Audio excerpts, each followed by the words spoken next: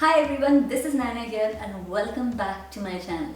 So I am going to be revealing some unsustainable items that are a part of my life, even as somebody who has been living a zero waste lifestyle for over 2 years now. This is my way of portraying a realistic approach to a sustainable lifestyle. So we all have different kinds of lifestyles, and for us something that may be available to me may not be available to you, and as long as you are doing your best to live this sustainable life, that is what matters. These are not items that I want to have in my life, but currently they are a part of my life and I want to be as transparent as possible. So make sure to stay tuned till the end of this video to find out which is the most recent unsustainable item which has been hard for me to avoid. So now let me show you the 9 items that are a part of my life which I am not proud of. So the first item is bread in plastic packaging. I never needed bread as much as I need it now that we have Shadow in our life, because we do feed her bread in the mornings every day. For that we do consume a lot of bread on average than we did before, and for us this bread was completely necessary in the house every day. Even though I have attempted to bake bread several times and I have successfully baked it a couple of times, being somebody who has a full-time job, it wasn't possible for me to be able to bake bread every day so that it is always available in my counter. In my previous house, there was access to a nearby bakery where I was able to buy bread without plastic packaging because I could go and collect it directly without the packaging from them. But right now where we're living, we don't have that option at all. So this is something I will try and reduce for sure, but currently something that is sort of like a staple in my home. Along the lines of bread, another item that is a frequent culprit in my fridge is milk cartons. The thing is, for me, I'm a vegan and my husband is not a vegan. So he loves his tea, and for that tea he needs his milk cartons. And for me also, I used to make like my vegan milks at home. Again, being somebody with a full-time job, it is not really possible all the time. So I did do a waste audit almost 1.5 years back where I was analyzing the kind of waste that I was creating at home, and the top most culprit at that time was milk cartons, and it still remains those. The one thing that we try to do maximum to reduce the impact is to try and get 1 liter cartons as much as possible. Right now this is the circumstance, and if you are somebody who knows of vegan milk which is available without packaging, please do let me know. I would be honestly happy to know about it, but until that, it's still unavoidable for me. So the next item is toothbrush bristles.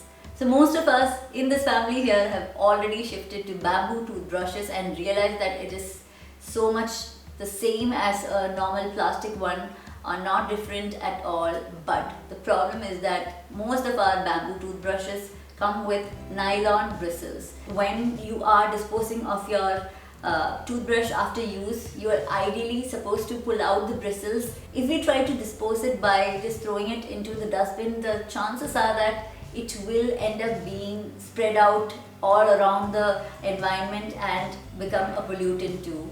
So ideally what I try to do is put it into a eco brick. An eco brick is not something that I have talked about in this channel yet. I will be taking a video about it very soon. So I usually try and put the bristles into that so as to contain it and make sure that it doesn't get out into the environment. So something you can ideally do if you don't have an eco brick is to try and collect it in a small container or so and then throw it into your dustbin so that it does not get spread out. Try and do this in case you are unable to use an eco brick. So the next one is take out containers. We do have a cook who cooks for us, but sometimes it becomes unavoidable. I try to avoid it as much as possible. I try to go out to eat whenever we feel like doing it. The thing is, it still has been happening more than I'm happy about. One thing that I've tried to do is to purchase from vegan restaurants or cafes which have sustainable packaging. I have found 2 to 3 options for that. I'm totally fine to stick to those cafes. So even the other plastic containers I may have received, I try and reuse use it for storage purposes and I don't try to throw it away just like that. The one thing that I do when I order, which you can do too, to avoid the maximum amount of plastic, is to make sure to mention to not include disposables like tissues or disposable cutlery or sauce packets or so. You can just mention that you do not need it. So this is a way that I've been doing and something that has been working mostly. Whenever you order, try putting an effort to just mentioning this in the order, and I'm very sure 90% of the time you will be able to avoid it too. Another thing that I like to buy is pasta. I'm not too much of a cook, but I do enjoy my exquisite dishes that I love making, and for that usually it is pasta. At least currently I haven't been aware of any supermarket or store where I'm able to get pasta in loose. The pasta that I've always seen comes in plastic packaging, and because of which it's something I'm not able to give up right now. So sometimes, like I said, 10% of times when I order food, there is always some tissue paper that comes along with it. What I try to do is I don't try to just throw it away because I don't use it. I try to make sure that I use it in some way or the other. We sometimes use it to clean up any spills in the kitchen. And always when we go out to eat, there is always tissue that is served on the table. So even if you don't use it, 90% of the time it will get thrown away when the next customer arrives. I don't want it to just be thrown away without being used, and because of which I usually try and take it in my bag and then I try and use it in some way at home. So there is a earlier video where I have mentioned about it, so if you want to find out more, you can go check it out over here. Another unavoidable product is medicines and supplements. So I have been having B12 supplement since I'm a vegan, and I want to make sure that my B12 intake is ideal. And even medicines in general sometimes come in plastic, and let me just tell you, if it's a medicine that you need to have, please don't avoid it. Having that medicine and being healthy is more important than it having plastic. At that point, plastic is not of concern because your health and your wellness is way more important. Please don't compromise on your health in the name of plastic. So the next enormous amount of plastic I have in my home, and this is not really a disposable kind of plastic, but it is a plastic that I have in plenty at home right now, which is plant pots. The thing is, I have tried to get those plants in ceramic or terracotta as much as possible, but most nurseries I go to have these plants in the plastic containers, and even if I get it and repot it into a ceramic or a terracotta container, that plastic pot does become a waste. It's not always cost effective to get those plants in ceramic because it really adds to the price and can become kind of expensive.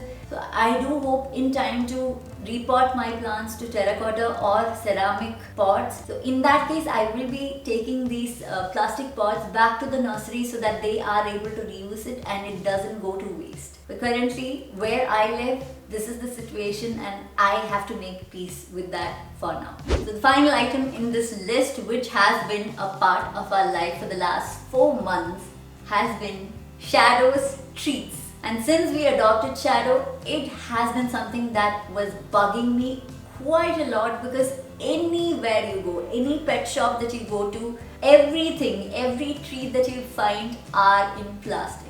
In time, I really do hope to be able to bake those treats for her so that I can avoid it, but currently that isn't possible. And recently I was so thrilled to come across something which was sustainable.